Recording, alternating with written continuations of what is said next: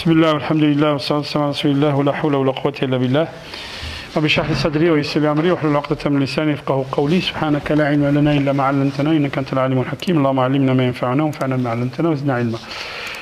Première question, le frère il pose la question pour l'Eid, Eid al-Adha. Quelles sont les règles à respecter pour valider l'émulation d'un bovin? Si on veut s'associer pour un bovin, on peut être jusqu'à 7 pour un bovin. Donc si on veut immoler un bœuf, on peut être jusqu'à 7. Est-ce qu'on doit être de la même famille? Non, on n'est pas obligé. Donc 7 personnes s'associent pour immoler un bœuf. Et voilà, il n'y a pas de règle particulière. Alors, je voulais savoir s'il était possible... Enfin, le frère, là, il parle de la prière. Quand il arrive, il suit l'imam. Ok. Ben, il rattrape ce qui lui reste. Maintenant, il dit, pouvez-vous nous expliquer la prière de l'oubli si nous doutons? Bon, ok. Alors, il y a deux cas différents. Si on suit l'imam ou si on ne suit pas l'imam. Si tu as oublié quelque chose en étant dans la prière obligatoire jama'a, prière de groupe, tu ne fais rien, c'est l'imam qui prend tout. Si maintenant la personne prie toute seule à la maison, je prie tout seul à la maison, je fais salat al-asr, mathalan. Et je ne sais pas si je suis à la 3e raka'a ou à la 4e. Il y a une règle fait au solfère qui dit al-yaqin la yazulu bishak. La certitude prime sur le doute. Donc je ne sais pas si j'ai fait 3 ou 4. La certitude, elle est où? Elle est sur 3. C'est sûr, j'en ai fait 3. Mais je ne sais pas si c'est la 4e. Donc, je fonde mon raisonnement sur 3 raka'at. Je me lève pour une 4e raka'a. Et je fais, après salam, je fais les salutations de l'oubli. J'espère que c'est clair. Il faut faire très attention. Est-ce que si on oublie quelque chose, quand on est seul, je parle, fil jama'a, c'est l'imam qui prend tout, ne vous inquiétez pas. C'est pour ça que c'est bien salat al jama'a. Mais quand on est seul, il faut connaître les obligations de la prière, les sunan de la prière. C'est très important ça aussi. Par exemple, je suis salat al-asr, j'ai fait la 3e raka'a, je me suis relevé, j'ai fait le premier sujoud, la première prosternation, je suis resté longtemps. Et je me lève directement pour la 4e raka'a. Donc il me manque quoi là? Il me manque un sujoud, il me manque une prosternation. Le sujoud c'est quoi dans la salat? La prosternation c'est une obligation. Si en me relevant, je me rappelle que j'ai oublié un sujoud, je redescends. Et je ramène mon sujoud. Je me suis levé, j'ai commencé à lire le Fatiha. Et je me suis rappelé que j'ai oublié un sujoud. Je redescends. Si je suis arrivé au ruku', et au ruku', c'est-à-dire à l'inclinaison, je me rappelle que j'ai oublié un sujoud, j'annule la raka'a où j'ai oublié le sujoud. Elle est annulée. Donc je compte cette raka'a que je suis en train de faire, c'est elle la 3e, et je rapporte une 4e. Et je fais les salutations, après les salutations, je fais les prosternations de l'oubli. Très important. Pourquoi? Le sujoud, c'est une obligation, c'est un rukn, c'est un pilier de salat. C'est pas la même chose que si j'oublie tashahhud. Vous voyez? S'il manque dans une prière, il manque une prosternation, la salat est invalide. J'espère que j'ai été clair. On prendra le temps de parler de tout ça dans un cours sur la prière, Inch'Allah, bi'idhnillah. Barakallahu fikum.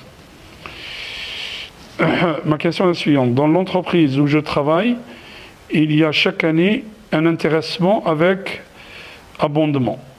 Si on reçoit 500 et que l'on décide de les placer en action, il nous donne un abondement de 50%. Ok? Donc si on place en action bloquée minimum 5 ans, il nous donne en plus 50% de notre placement.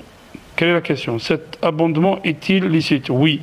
Cet abondement est licite parce qu'il est donné comme intéressement de la société. C'est comme si la société te donne une part de son bénéfice et en fait, qu'est-ce que vous faites? Elle te donne une part du bénéfice. Mais la société, elle le réinjecte en investissement. C'est pour ça que tu ne le touches pas, toi.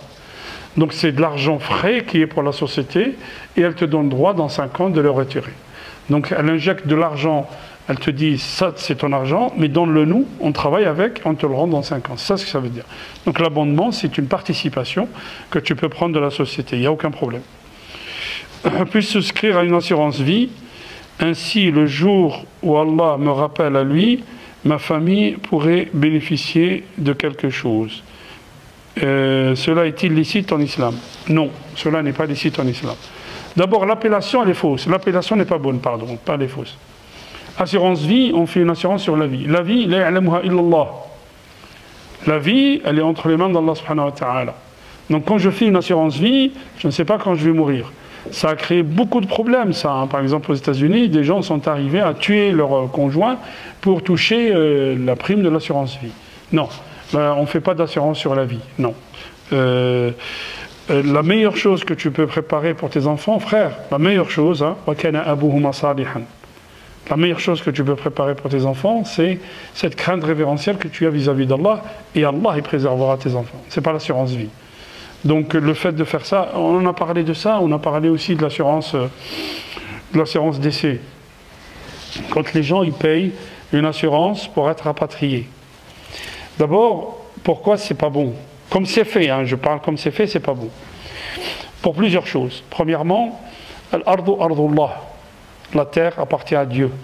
Elle n'appartient pas aux hommes. Les hommes ont délimité cette terre, ils ont mis ici l'Allemagne, ici la France, ici la Suède, voilà. Al-ardu ardullah. Toute la terre appartient à Dieu. Donc les compagnons, là où ils mouraient, on les enterrait. Ça c'est la première chose. Il faut que les musulmans apprennent ou réfléchissent à être enterrés dans la terre où ils meurent, premièrement. Deuxièmement, quand je participe à une assurance décès, pour que quand je meurs, on m'envoie au bled. Ok. De deux choses l'une. Soit je cotise et je meurs ici, et cet argent va être utilisé pour m'envoyer au bled. Donc jusque-là, c'est bon. Je cotise et je vais mourir à la Mecque ou au bled. L'assurance, elle a pris de l'argent. Elle a pris de l'argent et elle n'a rien déboursé pour moi. Et là, il y a un gharar, il y a un problème, il y a un vice hein, dans la transaction. En islam, dans un contrat, on est gagnant-gagnant. Tous les deux, on gagne. S'il n'y a qu'une seule personne qui gagne, le contrat n'est pas bon. Donc là, j'ai cotisé pendant 30 ans, l'assurance a pris l'argent, elle n'a rien payé quand je suis mort. Donc c'est pas bon. Le contraire, pareil, je cotise pendant 3 mois, puis je meurs. Et j'ai cotisé peut-être, je dis n'importe quoi, 150 €, et l'entreprise, l'assurance, va débourser 2000 ou 3000 € pour me rapatrier au bled. Donc j'ai pris de l'argent qui n'est pas à moi. Vous allez me dire, il y a des gens, ça fait 30 ans qu'ils font ça, comment ils font maintenant? L'assurance, contrairement à ce que beaucoup pensent, elle existe en islam. L'assurance qui existe en islam, c'est cette assurance mutualiste. C'est-à-dire, au lieu de donner ton argent à une assurance qui est aussi banque et assurance, c'est-à-dire qu'avec ton argent et l'argent du frère, de l'autre, la notion de nombre, hein, on appelle ça, la théorie des nombres, donc il y en a beaucoup qui payent petitement. Et ça fait de grandes sommes pour l'assurance. Cette grande somme de l'assurance, qu'est-ce qu'elle fait l'assurance? Elle va les prêter. Elle va faire des crédits à des gens. Elle va lancer des projets hein, pour faire fructifier l'argent. Le projet peut être halal, mais peut être haram aussi. Et donc ton argent a participé à un projet haram. Les musulmans, les ulama, ils disent il faut mettre cet argent, ou si quelqu'un veut être rapatrié au bled, on met une assurance mutualiste. C'est-à-dire que cet argent reste chez les musulmans. Où les musulmans vont investir dans des projets, je dirais caritatifs, ou des projets pour la communauté, mais surtout, cet argent reste là. Et puis, ben, si tu n'en bénéficies pas, tu es parti au bled et que la personne est décédée au bled ou elle est décédée à la Mecque, ben, cet argent, il profite aussi aux musulmans, aux autres musulmans. C'est comme ça qu'il faut réfléchir. Qu'Allah subhanahu wa ta'ala facilite à tout le monde. Il y a beaucoup à revoir dans le système actuel. Et d'ailleurs, j'apporte une contribution ici. Pourquoi nous avons des crises cycliques? 2008, une crise, aujourd'hui nous sommes en crise, en 91 on avait une crise, en 2000... Pourquoi nous avons des crises cycliques, systématiques tout le temps hein, pourquoi nous avons des crises comme ça? Nous avons des crises parce que le système est mal fait, tout simplement. Quand le système est mal fait, quand il est basé sur le riba, quand il est basé sur l'appauvrissement des gens, il ne peut pas tenir. À un moment ou à un autre, il va s'écrouler. Donc on revient toujours sur nos pas, vous voyez? Alors, à partir de quel pourcentage le taux devient usuraire? Sachant qu'il y a le coût de la vie, Mashallah, le frère il pose une très bonne question. L'argent n'y a plus la même valeur 5, 10 ou 15 ans après, et sur ça il a raison le frère. Exemple concret, j'ai une entreprise et durant cette période du coronavirus, l'État a mis en place des prêts garantis avec un taux de 0,50 sur 7 ans, voire même à 0,25%. Je me suis abstenu d'emprunter malgré le besoin pour l'entreprise par crainte d'Allah subhanahu wa ta'ala. Qu'Allah subhanahu wa ta'ala te facilite, frère. Que pensez-vous d'un tel taux? Est-ce usuraire ou pas? Bon, le frère il pose une très bonne question.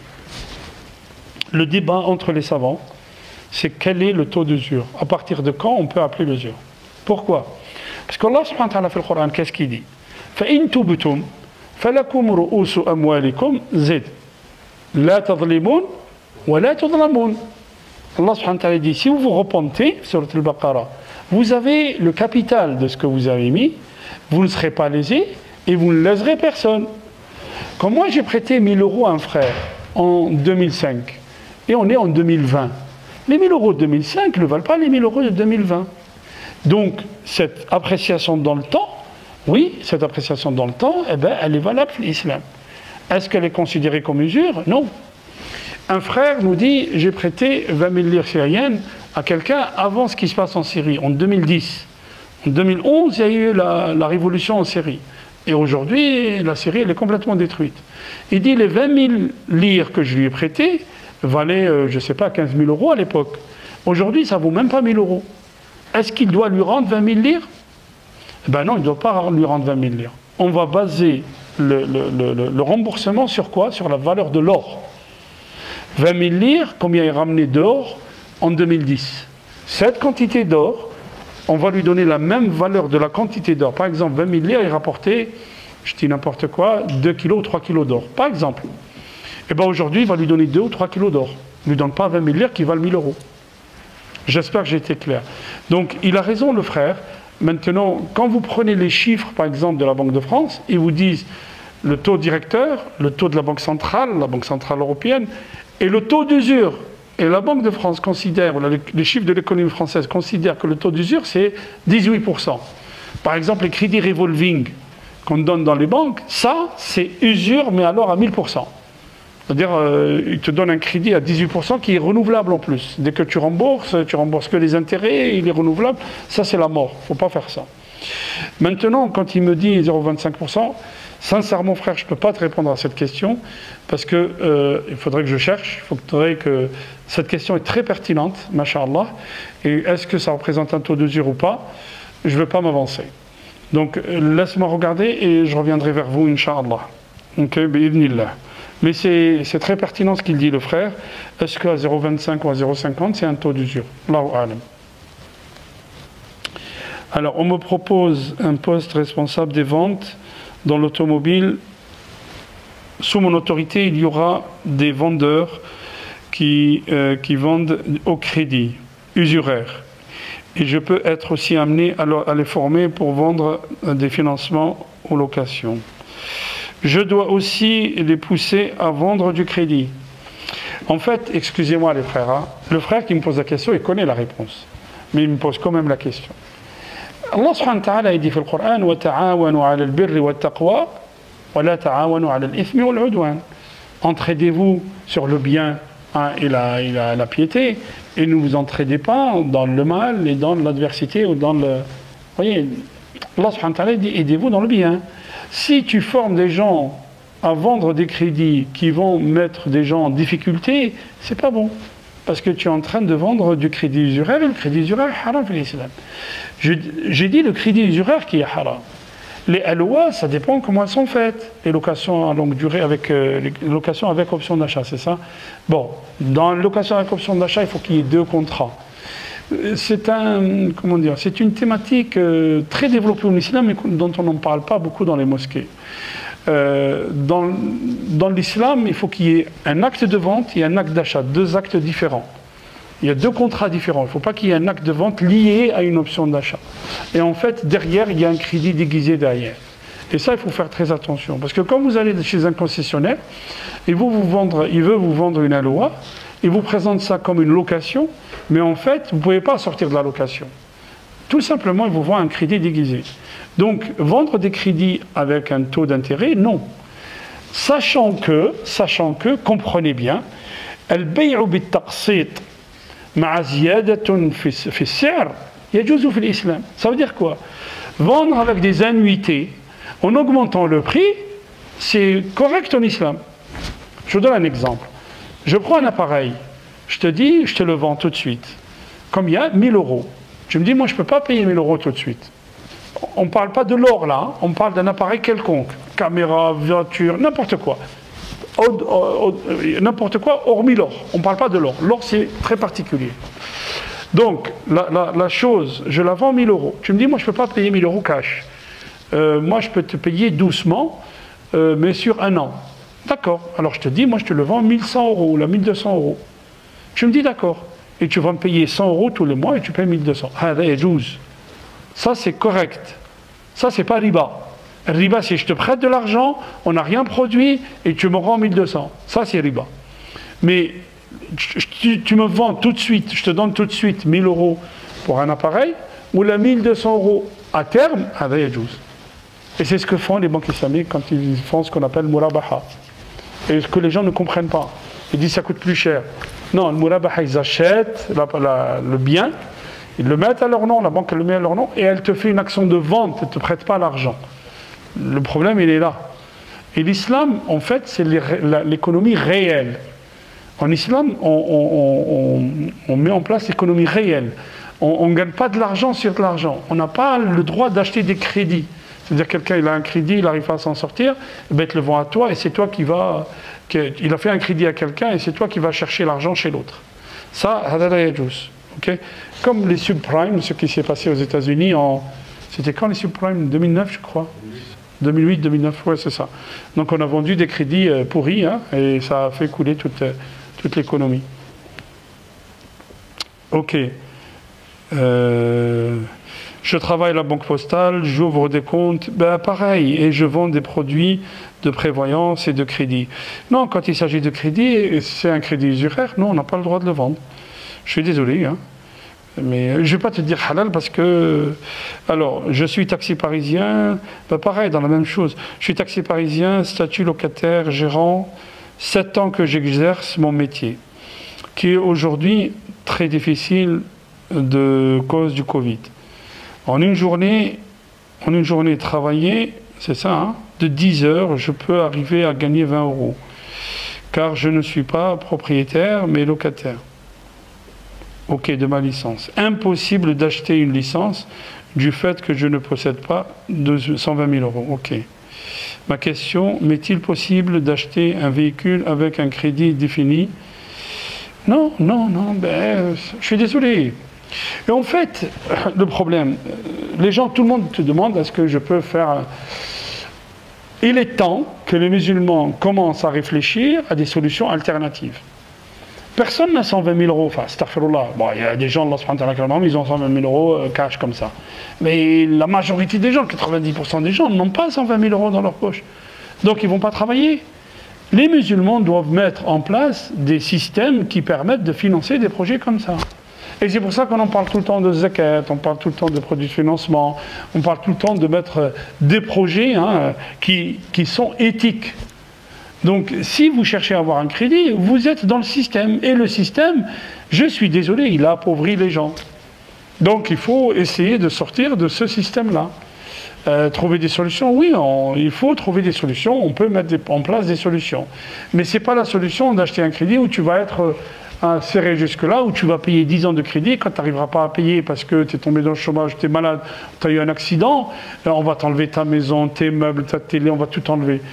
Il faut aussi regarder les choses comme les gens qui vous disent j'achète une maison, je paye 800 euros de loyer, est-ce que je pourrais, au lieu de payer le loyer, je paye le crédit, puis c'est tout.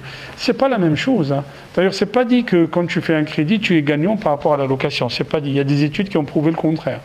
Vous voyez et puis, on peut mettre en place, nous, en tant que musulmans, des systèmes en place qui permettent aux gens d'acquérir leur maison. Et puis, acquérir la maison, être propriétaire, c'est pas une nécessité. hein, ce qu'on a appelé de la nécessité. Regardez, il y a une vidéo qu'on a faite sur le crédit usuraire. Est-ce que je peux faire un crédit pour acheter une maison? Elle existe. Regardez cette... ok, j'espère que j'ai répondu aux frères. Salam alaikum, je souhaiterais savoir si l'achat en viager, on revient toujours à l'achat, est illicite en islam, sachant que la plupart des biens sont en viager occupés, ne permettant pas la jouissance du bien. Eh bien voilà, c'est ça le problème, tant que la personne est en vie. Quel est le problème du viager? Le problème du viager, c'est un pari sur la vie, la mort de la personne. Donc, je prends un viager avec une personne qui a 20 ans, qui a 80 ans. Ok? Peut-être qu'Allah subhanahu wa ta'ala lui a écrit de vivre 30 ans encore. Et que toi... donc, tu vas payer sans savoir... puis ça peut donner une mauvaise idée à certaines personnes. Hein. Si vous voyez ce que je veux dire. Le viager, pardon, la yajouz. Tu te mets sur une période fixe, tu dis, je te paye sur 10 ans. Je te donne tous les mois... tant. Et au bout de 10 ans, je prends la maison, tu sors, je prends la maison, oui. Tu dis, je te paye, je te donne un montant, je te paye jusqu'à ta mort, non. Non, je n'ai pas le droit. Pouvons-nous acheter dans un commerce qui s'est fait avec de l'argent illicite? Allah subhanahu wa ta'ala nous a pas demandé de regarder d'où ramène l'argent, enfin, d'où vient l'argent de l'épicier que tu crois. Si moi je vais chez l'épicier pour acheter une bouteille de lait, je vais chez l'épicier acheter une bouteille de lait. Si l'épicier il a monté son commerce avec un crédit usuraire, avec l'argent de la drogue, ça c'est son problème à lui. C'est pas mon problème à moi. Moi je vais acheter chez quelqu'un, je vais acheter chez l'épicier ou chez le boulanger ou chez le marchand de légumes. Sinon les affaires ne se feront jamais. Si à chaque fois, et toi tu es boulanger, il y a quelqu'un qui vient acheter un pain chez toi, tu lui dis ton argent est halal ou pas? Non, on ne demande pas. Vous voyez? Asl al-Sharia, la base fondamentale de Sharia, de la législation musulmane, c'est lever la gêne. Voilà. Donc on ne cherche pas après les gens, on ne cherche pas après d'où vient l'argent, on ne cherche pas après ça. Alors je vous promets, Inch'Allah, un cours sur Salat. On détaillera toutes les questions que nous posent les gens, Inch'Allah, bi'idnillah. Et qu'Allah subhanahu wa ta'ala, il nous facilite à tous. أقول قولي هذا وأستغفر الله لي ولكم استغفروه يغفر لكم إنه هو الغفور الرحيم سبحانك اللهم وبحمدك أشهد أن لا إله إلا أنت نستغفرك ونتوب إليك سبحان ربك رب العزة عما يصفون وسلام على المرسلين والحمد لله رب العالمين.